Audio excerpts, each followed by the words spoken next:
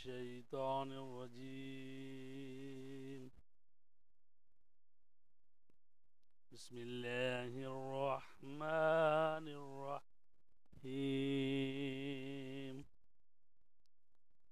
الحمد لله رب العالمين،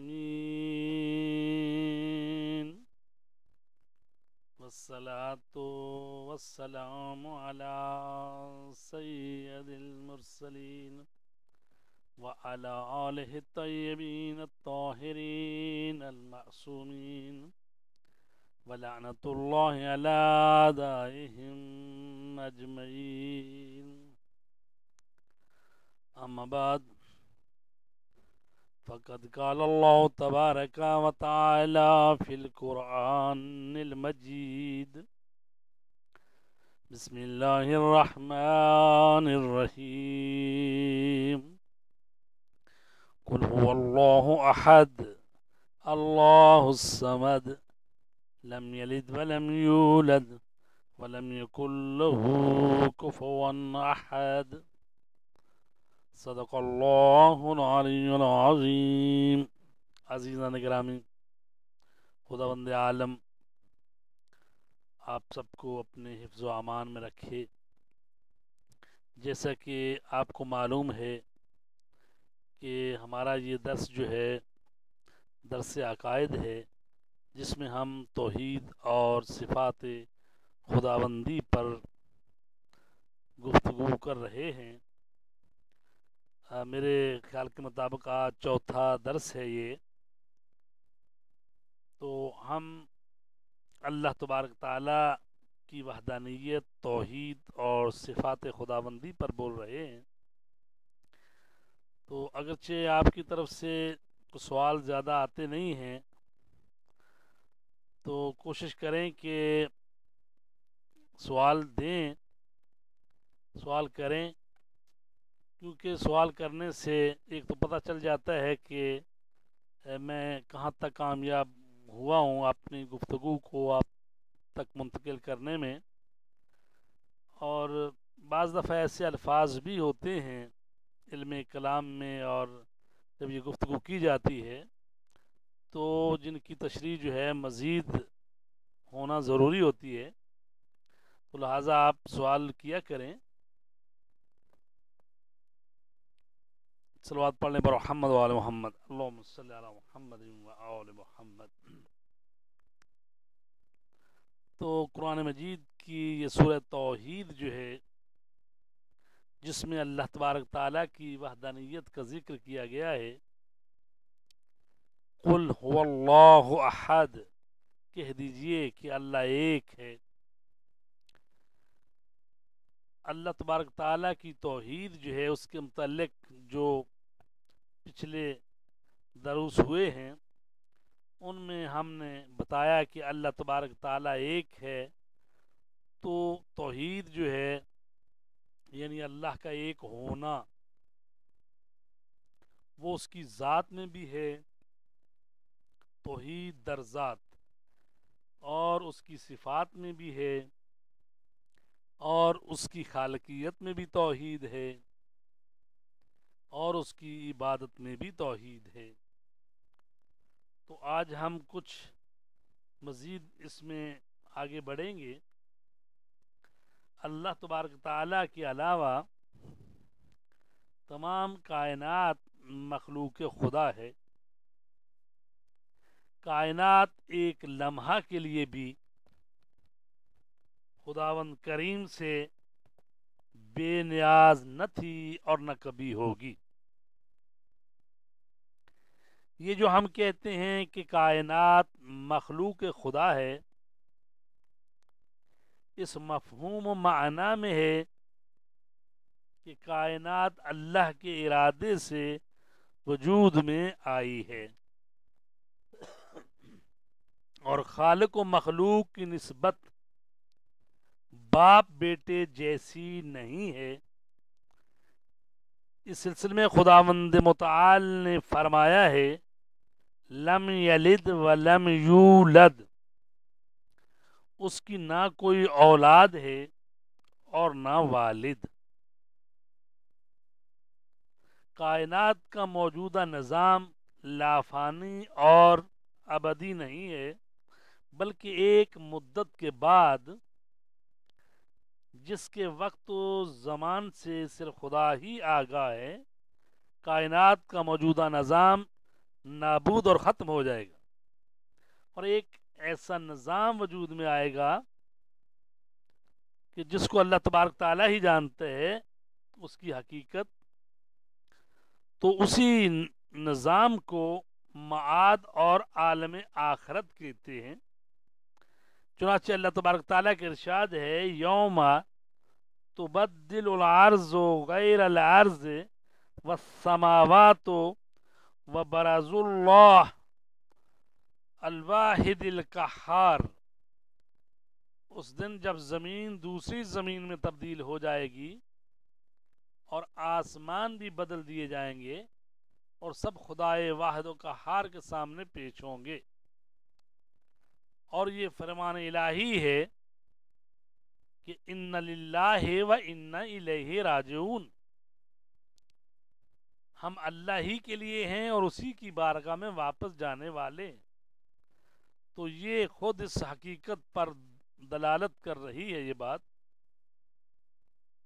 عزیزان گرامی، کائنات کا نظام علت اور معلول کی بنیاد پر قائم ہے، اور اس کے مظاہر اور اس کے موجودات کے درمیان علت و معلول کا رابطہ برقرار ہے. ہر وجود کا دوسرے وجود پر اثر انداز ہونا اذن و معشیت الہی پر مشروط ہے، اور خداوند عالم کا حکیمانہ ارادہ اس امر پر استوار ہے کہ اپنی فیاضی و سخاوت کو زیادہ تر نظام علت و معلول کے طریقے سے ہی عملی جامہ پہناتا ہے. قرآن مجید نے ان دونوں مطالب کو بیان فرمایا ہے. وہ کون سے دو مطالب؟ ایک یہ کہ فطری مظاہر کے درمیان سببیت کا رشتہ قائم ہے، یعنی نظام جو ہے اللہ کا یہ سبب و مسبب پر قائم ہے. دوسری چیز، کائنات میں ہر علت و معلول کا اثر اذن مشیت الہی پر استوار ہے. یعنی یہ جو سبب و اسباب کا نظام اللہ نے قائم کیا ہے، یہ علت اور معلول کا نظام قائم کیا ہے، تو یہ اللہ کے اذن اور ارادے سے ہے، اس کی مشیت سے ہے. ہم قرآن مجید میں سورہ بقرہ کی آیت نمبر 22 میں پڑھتے ہیں: وَأَنزَلْنَا مِنَ السَّمَاءِ مَاءً فَأَخْرَجَ بِهِ مِنَ الثَّمَرَاتِ رِزْقًا لَكُمْ. ہم نے آسمان سے پانی برسایا، آسمان سے پانی برسا کر تمہاری روزی کے لیے زمین سے پھل نکالے. اور مطلب دوم کے بارے میں آیت میں ہے: والبلد الطیب یخرج نباتہ بإذن ربہ. اور پاکیزہ زمین کا سبزہ بھی اس پروردگار کے حکم سے نکلتا ہے.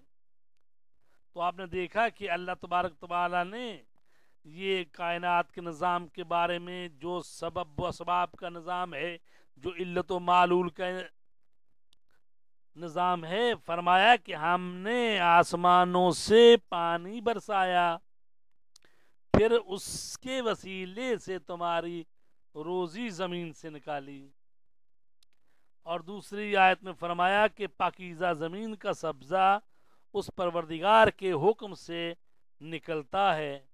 تو پس یہ جو زمین سے پودوں کا نکلنا، آسمان سے بارش برسنا، اور پھر پانی کی وجہ سے یہ زمین سے پھل اور پھول اور پودے اور خوراک پیدا ہونا، یہ سارے اس نظام سبب اور اسباب اور علت و معلول کی طرف ہی اشارہ ہے. تو وجود کی جو طبیعت ہے وہ صرف مادی نہیں ہے، بلکہ تخلیق کائنات کا ایک حصہ ماورائے طبیعت پر مشتمل ہے. وجود جو ہے وجود مادی بھی ہے اور وجود وجود غیر مادی بھی ہے، ماورائے مادہ بھی وجود ہوتا ہے۔ ایسا نہیں ہے کہ جو صرف مادہ وجود ہو، صرف اسی کا وجود ہے، بلکہ ماورائے طبیعت اور ماورائے مادہ بھی وجود ہے، کہ قرآن مجید میں اسے عالم الغیب کہا جاتا ہے، عالم غیب کہا جاتا ہے۔ جس طرح یہ عالم مادہ ہے، اس طرح ایک اور عالم ہے جس کو عالم غیب کہتے ہیں۔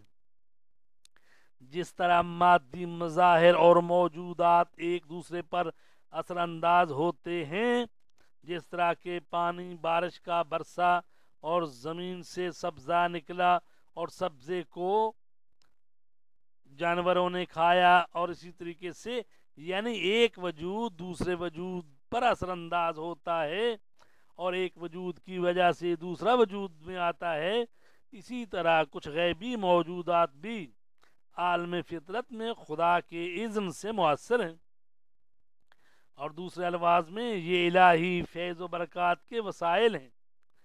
عالم فطرت کے حوادث میں خدا کے فرشتوں کی اثر اندازی کے بارے میں قرآن مجید یوں ارشاد فرما رہا ہے، فالمدبرات امرا، سورہ نازعات کی آیت نمبر 5 ہے۔ فرمایا قسم ہے خلقت کائنات کے امور کا انتظام کرنے والوں کی۔ دوسری آیت سورہ انعام کی آیت نمبر 61 میں فرمایا، وَهُوَ الْقَاهِرُ فَوْقَ عِبَادِهِ وَيُرْسِلُ عَلَيْكُمْ حفظتاً، اور وہ وہی خدا ہے جو اپنے بندوں پر غالب ہے اور تم سب پر محافظ فرشتے بھیجتا ہے۔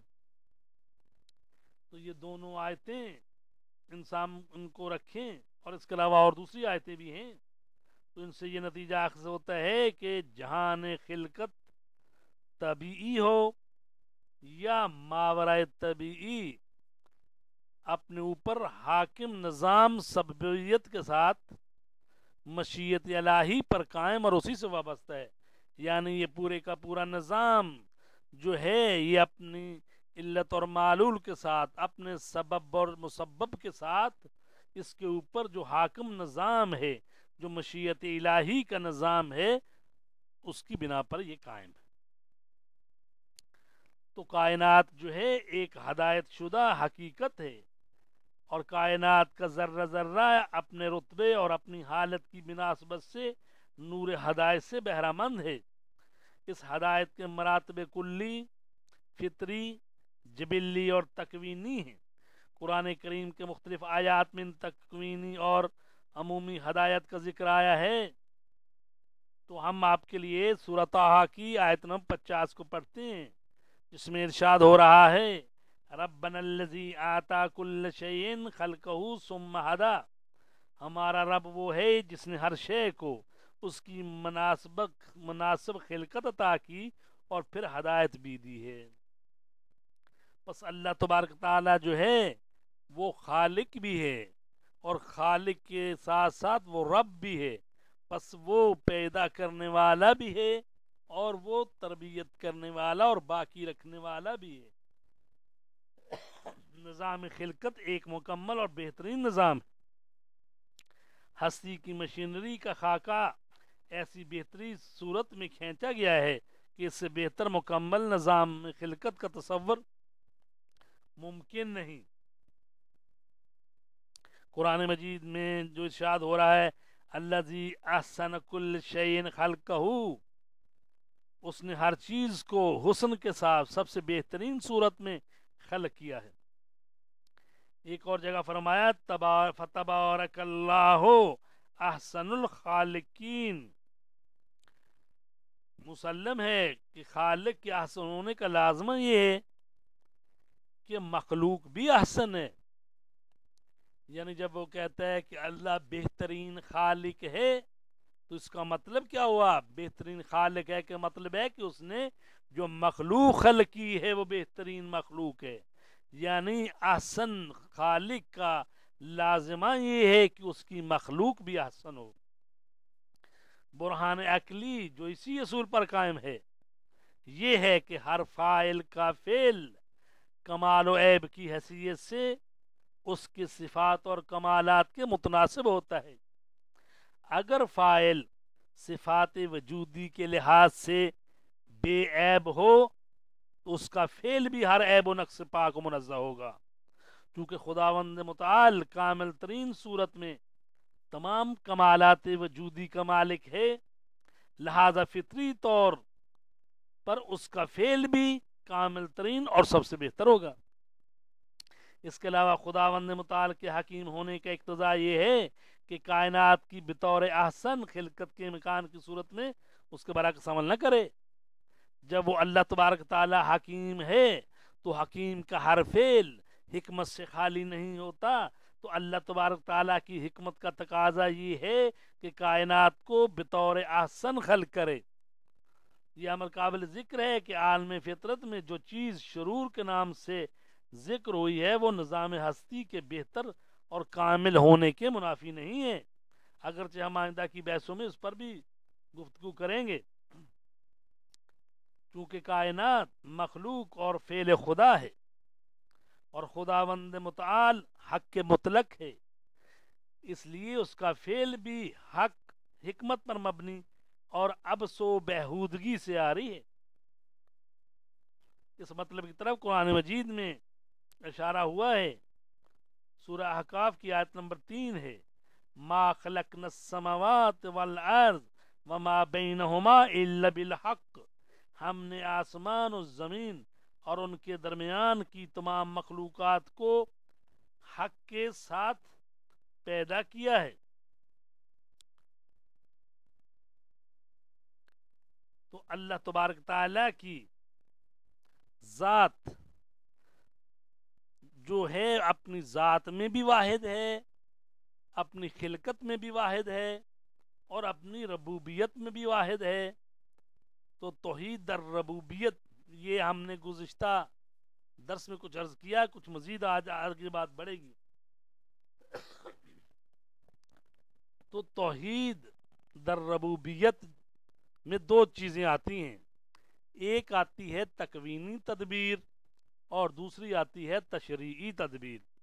ان دو لفظوں کو پہلے سمجھنا ضروری ہے، تکوین کیا ہے اور تشریع کیا ہے۔ تکوین سے مراد یہ ہستی اور کائنات اور جس میں انسان بھی شامل ہے، تو یہ تکوین میں آتا ہے، کون اور ہستی میں آتا ہے، اور تشریع یہ ہوتی ہے کہ جو شریعت، جو قانون بنایا جاتا ہے اس کو شریعت کہتے ہیں۔ تو اللہ تبارک تعالیٰ نے یہ کائنات پیدا کی ہے، تو کائنات کے اندر جو اس کا نظام ہے اس کو کہتے ہیں تکوینی تدبیر، اور انسان کو بالخصوص ہدایت کے بغیر نہیں چھوڑا، اس کے لیے عقل دی ہے، اور عقل جو ہے وہ انسان کے اندر سے اس کی تکوینی تدبیر جو اللہ نے کی ہے کہ انسان کے اندر سے جو ہدایت ہے وہ اس کی کے لیے عقل ہے، ضمیر ہے، شعور ہے، اور جو باہر سے ہدایت کا بندوبست کیا ہے کہ انبیاء بھیجے ہیں اور انبیاء شریعت لے کر آئے ہیں، تو وہ جو تدبیر کی جا رہی ہے اس کو تشریعی تدبیر کہتے ہیں۔ پس جب ہم کہتے ہیں کہ اللہ تبارک تعالی یعنی ربوبیت میں یا الوہیت میں وہ توحید ہے اور ایک ہی ذات ہے، تو اللہ ہی ہے جو ہماری تکوینی تدبیر بھی کرتا ہے، تشریعی تدبیر بھی کرتا ہے۔ تشریعی تدبیر کے بارے میں ہم ایک علیحدہ بحث بھی کریں گے۔ تکوینی تدبیر سے مراد کیا ہے؟ تکوینی کو پہلے سمجھیں۔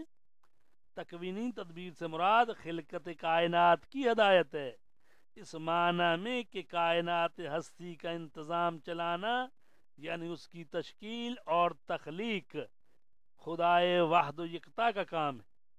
یہ صحیح ہے کہ انسانی کاموں میں انتظامی امور تخلیق سے الگ اور قابل تفکیک ہے۔ مثال کے طور پر ایک آدمی ایک کارخانہ کی تعمیر کرتا ہے اور دوسرا اس کا مینیجر ہو جاتا ہے اور دوسرا اس کا انتظام چلاتا ہے، لیکن عالم تخلیق میں خالق اور اس کا مدبر ایک ہی ہے، لیکن اس میں خاص بات یہ ہے کہ کائنات کی تدبیر اس کی تخلیق سے جدا نہیں ہے. صلوات پڑھنے پر محمد والا محمد.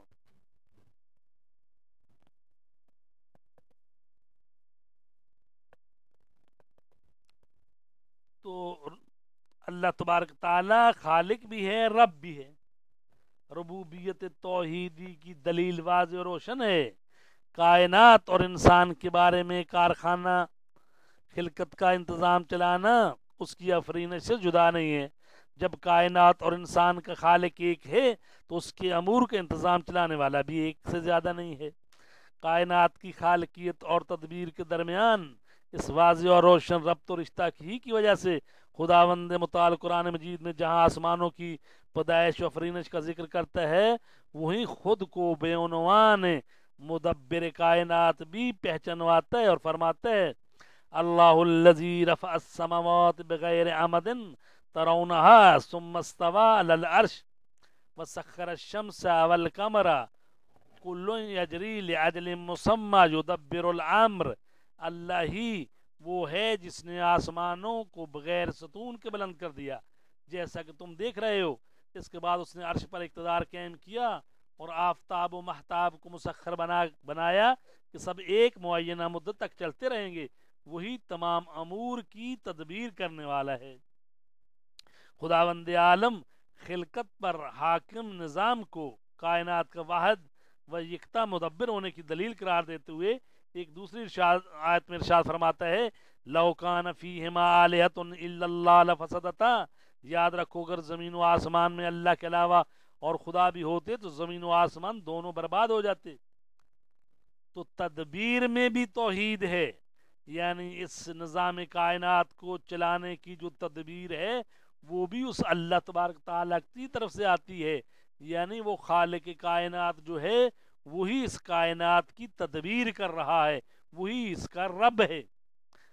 تدبیر میں توحید اس اعتقاد کے ساتھ کہ خدا کے اذن سے اور بھی کئی مدبر فریضہ انجام دیتے ہیں حقیقت میں مظاہر ربوبیت کی ایک نمائش ہے اور یہ تدبیر میں توحید کے منافی نہیں ہے. اس لیے قرآن مجید ربوبیت میں توحید کی تاکید کرنے کے ساتھ ساتھ دوسرے امور کا انتظام کرنے والوں کے وجود کی بھی وضاحت کرتا ہے. فالمدبرات امرا، پھر امور کا انتظام کرنے والے ہیں. پس اللہ تبارک تعالیٰ ہی ہے جو اس نظام کو چلانے کے لیے فرشتوں کو تقرر کرتا ہے، سبب و اسباب کا نظام چاہتا ہے، علت و معلوم سے اس نظام کو چلا رہا ہے. تو تدبیر کا مقصد کائنات اور انسان کے تمام امور کا دنیا اور آخرت کے تمام شعبوں میں تکوینی و تشریعی لحاظ سے انتظام چلانا ہے. اس بنا پر بشر کے امور کا تمام جہات میں انتظام چلانا قدرت الہی سے مخصوص اور اسی پر منحصر ہے.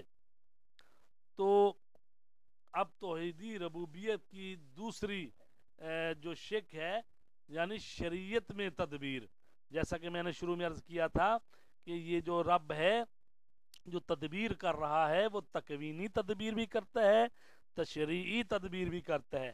تو تکوینی تدبیر کی بات تو ہو گئی کہ اس پوری کائنات کو اللہ نے اس طرح سے سسٹم بنایا ہے، نظام بنایا ہے جس میں اس نے پیدا کیا ہے ملائکہ کو بھی اور علت و معلول سبب و اسباب پر یہ نظام قائم رکھا ہے.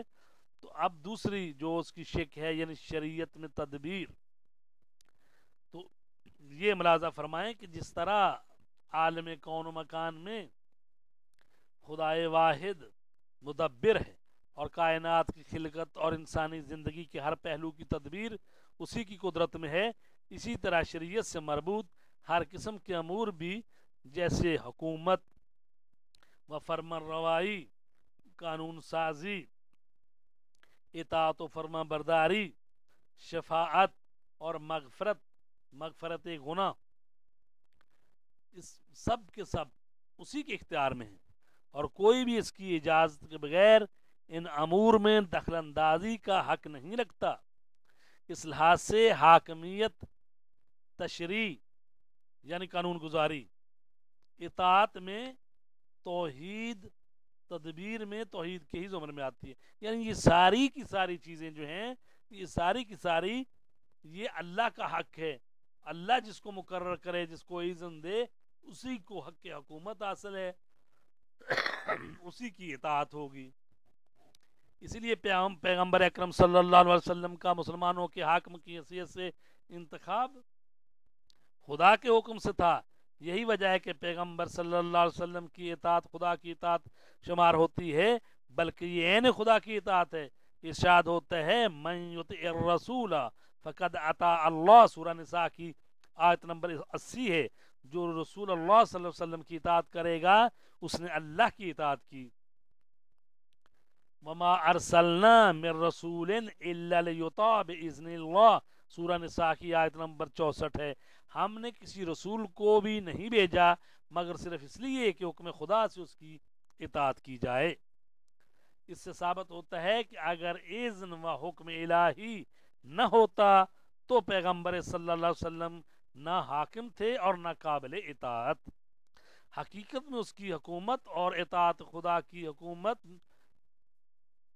یعنی رسول پاک کی جو حکومت ہے وہ اللہ کی اطاعت ہے، اور چونکہ فریضہ معین کرنا شان ربوبیت ہے، اس لیے کسی کو یہ حق نہیں پہنچتا کہ فرمان الہی کے خلاف کسی قسم کا فیصلہ کرے۔ چنانچہ ہم سورہ معاہدہ کی آیت نمبر 44 میں پڑھتے ہیں وَمَن لَّمْ يَحْكُمْ بِمَا أَنزَلَ اللَّهُ فَأُولَٰئِكَ هُمُ الْكَافِرُونَ، اور جو بھی ہمارے نازل کیے ہوئے قانون کے مطابق فیصلہ نہ کرے گا وہ سب کافر شمار ہوں گے۔ اسی طرح شفاعت اور گناہوں کی بخشش خدا کے مخصوص اختیارات میں سے ہے، اور کوئی بھی اس کی اجازت کے بغیر شفاعت نہیں کر سکتا۔ سورہ بقرہ کی آیت نمبر 255 میں یعنی آیت الکرسی میں ہم پڑھتے ہیں من ذا الذی یشفع عندہ الا باذنہ، کون ہے جو اس کی بارگاہ میں اس کی اجازت کے بغیر سفارش کرے۔ سورہ انبیاء کی آیت نمبر 28 میں فرمایا لا یشفعون الا لمن ارتضی، فرشتے کسی کی سفارش نہیں کر سکتے مگر یہ کہ خدا اس کو پسند کرے۔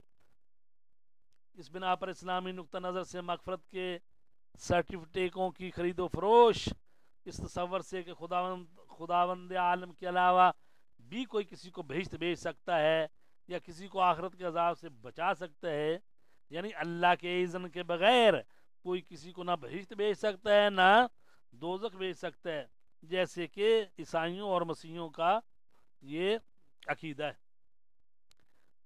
تو قرآن تو یہ فرماتا ہے فاستغفروا لذنوبہم ومن یغفر الذنوب الا اللہ، پس وہ اپنے گناہوں پر استغفار کرتے ہیں اور خدا کے علاوہ کون گناہوں کو معاف کرنے والا ہے۔ لہذا اسلام ایسا نہیں ہے کہ جیسے کہ وہ جاتے ہیں مسیح اور عیسائی وہ پادری کے پاس اور اس کے سامنے گناہ اپنے کہتے ہیں اور وہ کہتا ٹھیک ہے بخشے گئے۔ تو ہمارے ہاں ایسا کوئی نظام نہیں ہے، ہمارے ہاں اللہ کی اذن سے اللہ گناہ بخشتا ہے، لیکن حکم ہوا ہے کہ جب تم اپنے نفسوں پر ظلم کرو میرے رسول کے پاس جاؤ، میرے رسول تمہارے لیے دعا کریں اور پھر تم اللہ کو تواب و رحیم پاؤ گے۔ تو گناہوں کی مغفرت کرنا وہ اللہ کا کام ہے، لیکن وسیلہ اور دعا کرنا وہ رسول آل رسول اور اللہ کے اولیاء کا کام ہے۔ تو ایک تھوڑی سی بات اور آگے بڑھائیں آج، توحید در عبادت۔ عبادت میں توحید تمام آسمانی ادیان کا مشترک اصول ہے، اور ایک لحاظ سے خدا کے پیغمبروں کی بعثت کا مقصد بھی اسی اصول کی یاد دہانی تھا۔ ارشاد باری تعالی ہے وَلَقَدْ بَعَثْنَا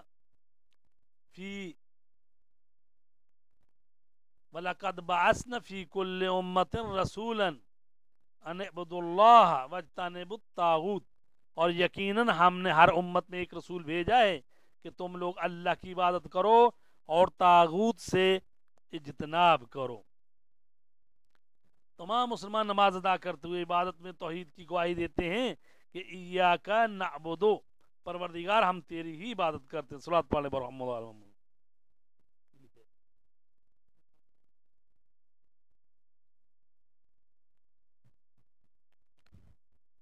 عزیزان گرامی، چنانچہ اس مسئلے میں کہ صرف خدا ہی کی عبادت و پرستش کی جانی چاہیے، کوئی اختلاف نہیں ہے، اور ایک فرد بھی اس کلی قاعدہ کا مخالف و منکر نہیں ہے۔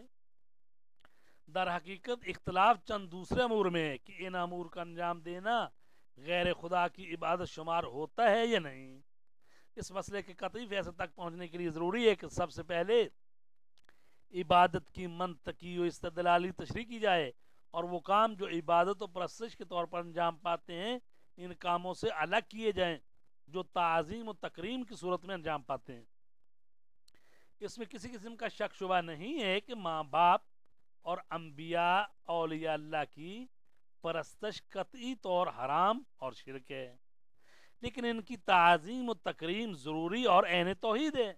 اس سلسلے میں ارشاد باری ہوتا ہے وَقَضَىٰ رَبُّكَ أَلَّا تَعْبُدُوا إِلَّا إِيَّاهُ وَبِالْوَالِدَيْنِ إِحْسَانًا، اور آپ کے پروردگار کا فیصلہ ہے کہ تم سب اس کے علاوہ کسی کی عبادت نہ کرنا اور ماں باپ کے ساتھ اچھا برتاؤ کرنا۔ یہاں یہ بات قابل غور ہے کہ وہ کون سا اصول ہے جو عبادت کو تکریم سے جدا کرتا ہے۔ کس طرح ایک کام ایک وقت، جیسے حضرت آدم کو ملائکہ کا سجدہ اور حضرت یعقوب علیہ السلام کے بیٹوں کا یوسف علیہ السلام کو سجدہ کرنا عین توحید تھا، لیکن یہی فعل دوسری جگہ پر یہ شرک اور بت پرستی ہے۔ تو جب تک ہم عبادت اور تعظیم میں فرق نہ سمجھیں، عبادت اور پرستش جو ہے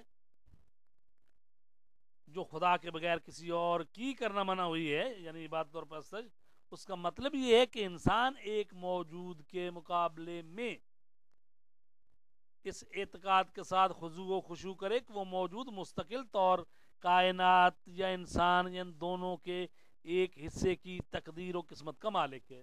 پھر دوبارہ میں آپ کے لیے کہتا ہوں، یعنی عبادت کیا ہے؟ عبادت اور پرستش کا مطلب یہ ہے کہ انسان ایک موجود کے مقابلے میں یہ اعتقاد رکھتا ہو کہ وہ مستقل طور پر میری تقدیر کا مالک ہے، میرا رب ہے، تو پھر اس کو خضوع و خشوع کرے، تو یہ عبادت ہے۔ دوسرے الفاظ میں اس موجود کو کائنات و انسان کا رب و مالک جانتے ہوئے خضوع و خشوع کرے، لیکن اگر یہی خضوع و خشوع ایک ایسے وجود کے لیے ہو جو خدا کا ایک صالح بندہ یا صاحب فضیلت و کرامت ہو، یا دوسرے انسانوں کے لیے منشأ نیکی و احسان ہو، تو یہ فعل تکریم و تعظیم ہوگا، نہ عبادت و پرستش۔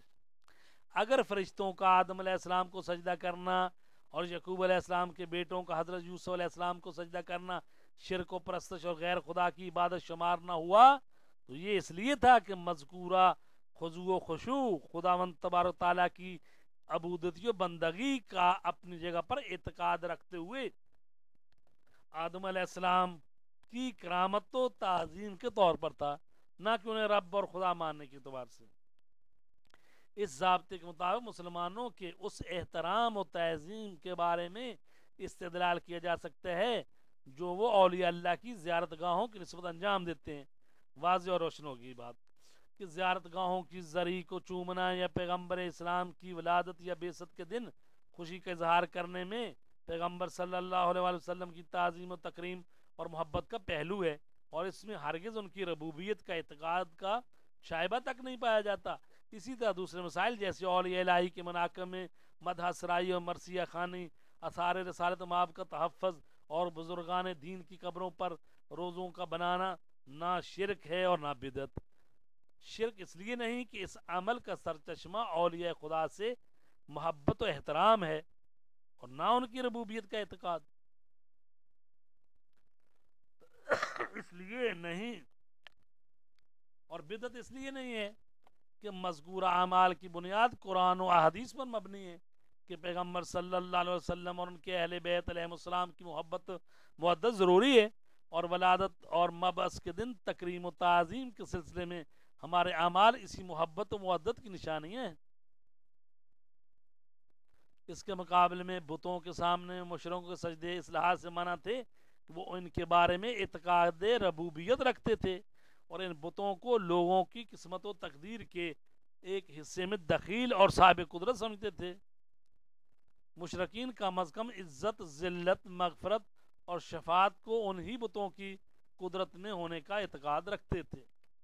تو عزیزان گرامی، جو ابھی تک ہم نے بحث کی ہے اس کا 2 منٹ میں خلاصہ کروں، وہ یہ کہ اللہ تبارک تعالیٰ کو جب ہم کہتے ہیں اللہ ایک ہے، توحید کا مطلب ہے ایک جاننا، ایک ماننا۔ تو اس کی ابھی قسمیں کی گئی ہیں، توحید کی اقسام ہیں۔ پہلی قسم یہ ہوئی کہ ذات میں توحید، اس کا مطلب یہ ہوا کہ اللہ اپنی ذات میں ایک ہے، وہ بسیط ہے، جز نہیں ہے، اس جیسا کوئی اور نہیں ہے۔ لم یکن لہ کفوا احد لیس کمثلہ شیء۔ دوسری بات ہوئی توحید در صفات، یعنی اللہ کی جو صفات ہیں اس کی عین ذات ہے۔ علم عین قدرت ہے، قدرت عین حیات ہے، حیات عین علم ہے، اس میں دوئیت نہیں ہے۔ اگرچہ اس میں ایک بحث اور آئے گی، تو صفات فعل اور صفات ذات، وہ آئندہ انشاءاللہ ہم کریں گے۔ تو تیسری بات جو ہوئی وہ یہ ہے کہ توحید در خالقیت، یعنی پوری کائنات کا خالق جو ہے وہی ذات ہے جو ہمارا اللہ ہے۔ اور اس کے بعد ہوئی توحید در ربوبیت، یعنی اس نظام کی تربیت اور اس کو چلانے اور اس کو باقی رکھنے میں ایک ہی ذات ہے، وہ خدا کی ذات ہے۔ اور اس کے دو شکیں ہو گئی تھیں، ایک تدبیر تکوین میں اور ایک تدبیر تشریع میں۔ اور تکوین سے مراد پوری کائنات اور اسی کا حصہ انسان ہے، اور تشریع میں وہ یہ ہے کہ حکومت، حق حکومت کس کو حاصل ہے، قانون کس نے بنانا ہے، اور شفاعت اور مغفرت اور یہ ساری چیزیں کس کو اختیار ہے۔ تو اس میں بھی اللہ تبارک تعالیٰ کا ہی اذن شامل ہے۔ تو آج ہم اسی اگرچہ چند منٹ اگر اور مجھے دیں تو میں ایک اس میں سے وہ بنیادی نقطہ یہ ہے کہ جب انسان جو ہے وہ اللہ کا اقرار کر لیتا ہے، یعنی ہستی باری کا جب اقرار کر لیتا ہے، تو اس کا پھر ہمیں سمری جس کو کہتے ہیں نا، اس کا کیا نتیجہ ہونا چاہیے اور اس کا ہمیں کیا عمل۔ تو ہستی باری کا اقرار جو ہے وہ عمل کا مقتضی ہے۔ امیر المومنین علیہ الصلوۃ والسلام کا ارشاد ہے، لا تجعلوا علمکم جہلا ویقینکم شکا اذا علمتم فاعملوا واذا تیقنتم فاقدموا۔ فرماتے ہیں مولا کائنات، اپنے علم کو جہل نہ قرار دو اور یقین کو شک نہ بناؤ۔ جب جان چکو تو عمل کرو، اور یقین پیدا کر چکے تو آگے بڑھو۔ دنیا میں ہر چیز کے کچھ خواص ہوتے ہیں اور جو اس سے الگ نہیں ہو سکتے۔ مثلا زہر کی خاصیت اس کی زہریت ہے، اور شراب کی خاصیت اس کا نشہ ہے۔ خواہ کوئی زہر کو زہر سمجھ کر کھائے یا نمک سمجھ کر کھائے، یا شراب کو شراب سمجھ کر پیے یا سرکہ سمجھ کر پیے، تو سینکیا اور زہر اپنی خاصیت کے مطابق اثر کرے گا، اور شراب اپنی خاصیت کے مطابق اثر کرے گی۔ اسی طرح علم و یقین کے بھی کچھ خاص اور اثرات ہوتے ہیں، خواہ علم و یقین واقع کے مطابق ہو یا واقع کے مطابق نہ ہو۔ چنانچہ ایک شخص اندھیرے میں کوئی چیز دیکھتا ہے اور اسے رسی سمجھ کر بے جھجک گزر جاتا ہے، مگر واقع میں وہ رسی نہیں تھی بلکہ سانپ تھا، یا اسے سانپ سمجھ لیتا ہے اور لرزتا کانپتا دوسری سمت میں ہو جاتا ہے، مگر واقع میں وہ رسی تھی۔ پہلی صورت میں سے کسی قسم کا خوف ڈر محسوس نہیں ہوا کہ بچ کر نکلنے کی کوشش کرتا، اور دوسری صورت میں ڈرے بغیر نہیں رہا، اور اس ڈر کی بنا پر اس نے راستہ بدل لیا اور دوسری سمت چلا گیا۔ یہ خوف، اگر اندھیرے میں ایک رسی پڑی ہو اور انسان اس کو سانپ سمجھ لے تو ڈرے گا، حقیقت میں سانپ نہیں۔ اور اسی طریقے سے اگر وہ واقعاً سانپ ہو اور وہ اس کو رسی سمجھ لے گا تو پھر بھی وہ ترتیبی اثر نہیں دے گا۔ تو خوف کی جگہ بے خوفی اگر ہوتی، بلکہ یہ بخوفی جو اثر ہوئی اس کا کہ سانپ کو رسی سمجھ لیا، اور خوف اثر ہے اس کا کہ رسی کو سانپ سمجھ لیا. اور اگر یہ جانتے ہوئے کہ سامنے سانپ ہے، نہ خوف کھاتا ہے اور نہ راستہ بدل کر چلتا ہے، تو اس کا جاننا نہ جاننا اور علم جہل ہوگا، اس لیے کہ انہوں نے تقاضا علم کو نظر انداز کر دیا اور جس سے بچ کر نکلنے کی ضرورت تھی اس سے بچنے کی کوشش نہیں کی. ایمان کے معنی بھی علم و یقین کے ہیں اور اس کے تقاضے بھی وہی ہیں جو علم و یقین کے ہوتے ہیں. لہذا اللہ پر ایمان اور اس کی ہستی پر یقین محکم ہوگا تو انسان کی عملی زندگی متاثر ہوئے بغیر نہ رہے گی، اور اس یقین کے اثرات اس کے افعال و اعمال پر واضح طور پر مرتب ہوں گے، کیونکہ ایمان ایک باطنی محرک ہے جس کا اثر ظاہری اعمال پر پڑتا ہے، اور انہی ظاہری اعمال سے ایمان کی کمزوری و پختگی کا اندازہ ہوتا ہے. اگر ایمان پختہ اور راسخ ہوگا تو عمل کی تحریک قوی ہوگی، اور ایمان کمزور ہوگا تو عمل کی رفتار بھی سست ہوگی. یہ دونوں آپس میں اس طرح مرتبط ہیں کہ ایک کو دوسرے سے الگ نہیں کیا جا سکتا. ایمان کی حیثیت اساس و بنیاد کی ہے. اگر عقیدہ و ایمان نہ ہو تو عمل کا سوال ہی پیدا نہ ہوتا ہو، تو اگر عمل نہ ہو تو عقیدہ کی پختگی کا ثبوت بہم پہنچانا مشکل ہوگا. چنانچہ امیر المومنین علی علیہ الصلوۃ والسلام فرماتے ہیں ایمان اور عمل دو جڑواں بھائی ہیں. الایمان والعمل اخوان، اخوان توامان و رفیقان لا یفترقان لا یقبل اللہ احدہما الا بصاحبہ. مولا فرماتے ہیں ایمان اور عمل دو جڑواں بھائی ہیں اور ایسے دو ساتھی ہیں جو ایک دوسرے سے الگ نہیں ہوتے. اللہ تعالیٰ ایک کو دوسرے کے بغیر قبول نہیں کرتا. اگر کوئی شخص صدق کے دل سے اللہ کی ہستی کا اقرار کرتا ہے اور یہ یقین رکھتا ہے کہ ایک بالادست ذات موجود ہے جس سے خلوت و جلوت کے اعمال پوشیدہ نہیں ہیں، تو وہ نہ اس کے احکام کی بجاوری میں کوتاہی کرے گا اور نہ اس کے اوامر کی خلاف ورزی کرے گا. اور سستی کے اعتراف کے ساتھ جذبہ عمل اگر پیدا نہیں ہوتا تو سمجھ لینا چاہیے کبھی عقیدہ ناپختہ ہے، اور یہ اعتراف جو ہے اللہ کا صرف رسمی سا ہے. چنانچہ امیر المومنین علیہ السلام نے ارشاد سے ظاہر ہے کہ وہ علم جو عمل سے آ رہی ہو وہ علم نہیں بلکہ جہل ہے، اور وہ یقین جس پر یقین کے اثرات مرتب نہ ہوں وہ یقین نہیں ہے بلکہ شک ہے.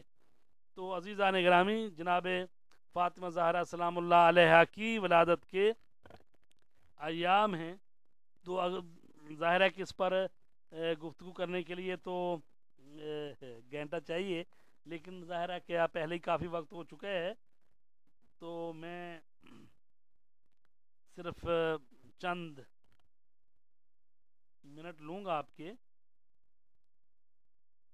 جناب فاطمہ زہرا سلام اللہ علیہا جو ہیں وہ ہستی ہیں کہ حدیث ہے، یہ حدیث تو آپ نے پہلے سن رکھی ہے کہ اول ما خلق اللہ نوری لولاک لما خلقت الافلاک، کہ اے رسول اگر میں تجھے پیدا نہ کرتا تو کائنات ہی پیدا نہ کرتا.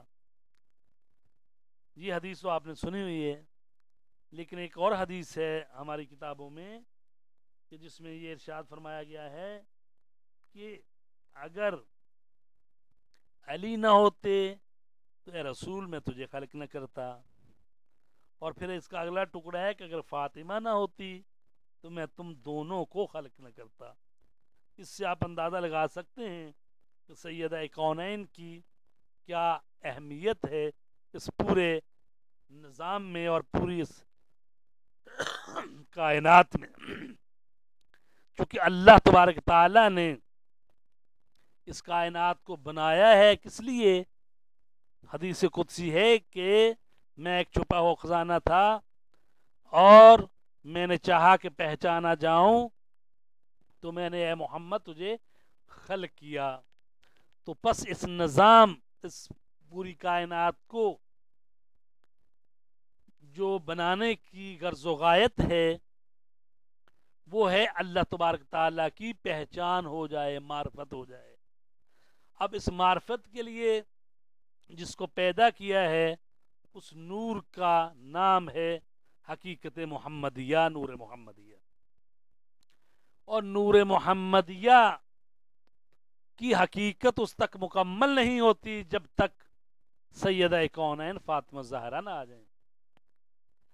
اللہ تبارک تعالیٰ کا ارشاد ہو رہا ہے ان آتینا کل کوثر، اے رسول ہم نے تم کو کوثر عطا کی ہے، فصل لربک وانحر، تو پس اس کوثر کے عطا کرنے پر شکرانے کے طور پر فصل نماز پڑھ، وانحر اور قربانی دے، اور قربانی بڑی قربانی دے، یہ نہر والی جو قربانی ہے یہ اونٹ کی قربانی کو کہتے ہیں، یعنی جناب فاطمہ الزہرا جو اتنی نعمت عظمیٰ ہیں جو رسول گرامی کو ملی ہیں، اور فرمایا کہ ہم نے تجھے کوثر عطا کی، اور مفسرین نے کہا ہے کہ یہ کوثر سے کیا مراد ہے، کسی نے کہا ہے خیر کثیر مراد ہے، کسی نے کہا حوض کوثر مراد ہے، کسی نے کہا نبوت مراد ہے، کسی نے کچھ کہا، کسی نے کچھ کہا، لیکن ان سب کو جمع بھی کیا جا سکتا ہے۔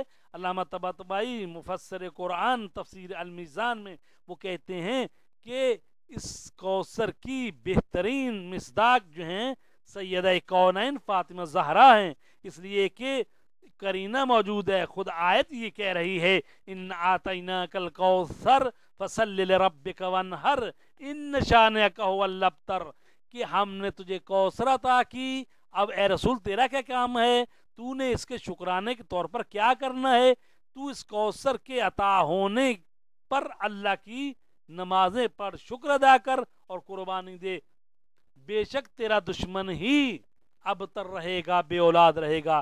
تو یہ جو آیت ہے کہ تیرا دشمن ابتر رہے گا، یہ خود وضاحت کر رہی ہے کہ پہلی آیت جو ہے اس سے مراد کوثر سے مراد سید کونین ہے۔ تو لہٰذا اللہ تبارک تعالیٰ نے رسول کریم کو یہ کوثر یعنی سیدہ فاطمہ زہرا عطا کر کے اللہ نے احسان جتلا رہا ہے کہ ہم نے تجھے کوثر عطا کی ہے، اور اب تو شکرانے کے نوافل ادا کر اور قربانی دے۔ تو عزیزان گرامی، یہ وہ ذات ہے کہ جو رحمت اللہ عالمین کے لیے بھی رحمت بن کر آئی، وہ سیدہ ہیں کہ جس کی عظمت کو پہچاننے کے لیے آئمہ درکار ہیں، نبی درکار ہیں۔ ظاہر ہے کہ جب کسی ہستی کی معرفت اور پہچان کرنی ہوتی ہے تو یہ تو نہیں ہو سکتا کہ ایک شخص جو مثلا میٹرک پڑھا ہوا ہے اس کو پوچھیں کہ جناب یہ پرائمری کی کتابوں میں کیا لکھا ہوتا ہے، وہ بتا سکتا ہے کہ یہ چونکہ یہ پرائمری اور یہ ساری کلاسیں وہ حل کر کے آیا ہے، امتحان دے کے آیا ہے، وہ میٹرک والا انسان بتا سکتا ہے۔ لیکن اگر پرائمری میں جو پڑھتا ہے بچہ اس سے پوچھیں کہ پی ایچ ڈی کا کیا نصاب ہوتا ہے اور اس میں کیا کیا ہوتا ہے تو وہ بیچارہ نہیں بتا سکتا، اس لیے کہ اس کی ظرفیت اتنی نہیں ہے، وہ گیا ہی نہیں ہے وہاں تک، اس کے شعور اور ادراک میں ہی وہ چیزیں نہیں ہیں، وہ بیچارہ پرائمری میں پڑھتا ہے۔ تو لہذا جناب سیدہ کونین کی معرفت حاصل کرنا، جو ام الائمہ ہے، جو 11 اماموں کی ماں ہے، تو سارے کے سارے امام 11 امام ایک طرف اور جناب سیدہ فاطمہ زہرا ایک طرف، تو ائمہ جو ہیں وہ پہچان سکتے ہیں۔ حدیث ہے کہ ہم اللہ کی مخلوق پر حجت ہیں اور ہم ائمہ پر، ہماری جدہ زہرا جناب سیدہ فاطمہ زہرا جو ہیں، امام کی حدیث ہے، امام فرماتے ہیں معصوم کہ ہم پر جناب سیدہ فاطمہ زہرا حجت ہیں۔ تو اس سے آپ اندازہ لگا سکتے ہیں سیدہ کی کیا فضیلت و برتری ہے۔ جناب فاطمہ زہرا کی ولادت کے یہ ایام ہیں، اور وہ بی بی کے جس کی عظمت اتنی زیادہ ہے کہ جس کے لیے کائنات کا رسول جو امام الانبیاء ہے وہ اس کے احترام میں کھڑے ہو جاتے تھے اور اپنی جگہ پر بٹھاتے تھے۔ اور جب یہ آیت آئی ہے انما یرید اللہ لیذھب عنکم الرجس اہل البیت ویطہرکم تطہیرا، تو 6 مہینے یا بعض روایتوں کے مطابق 9 مہینے تک صبح کی نماز کے لیے جب مسجد میں رسول کریم جاتے تھے تو جناب فاطمہ زہرا کے دروازے پر کھڑے ہو کر فرماتے تھے یا اہل بیت النبوہ الصلاۃ، اور یہ اس آیت کی تلاوت کرتے تھے انما یرید اللہ لیذھب عنکم الرجس اہل البیت ویطہرکم تطہیرا کی۔ تو جناب سیدہ کے مقام اور عظمت کو سمجھنا جو ہے وہ ہر کسی کا کام نہیں ہے۔ تو میں اسی کے ساتھ آپ سب کو جناب فاطمہ زہرا کی ولادت کے سلسلے میں مبارکباد پیش کرتا ہوں، اور اللہ تبارک تعالیٰ سے دعا گو ہوں کہ ہم سب کو صحیح معنوں میں اہل بیت کی عظمت اور ان کی حقیقت کو سمجھنے کی توفیق دے۔ آمین۔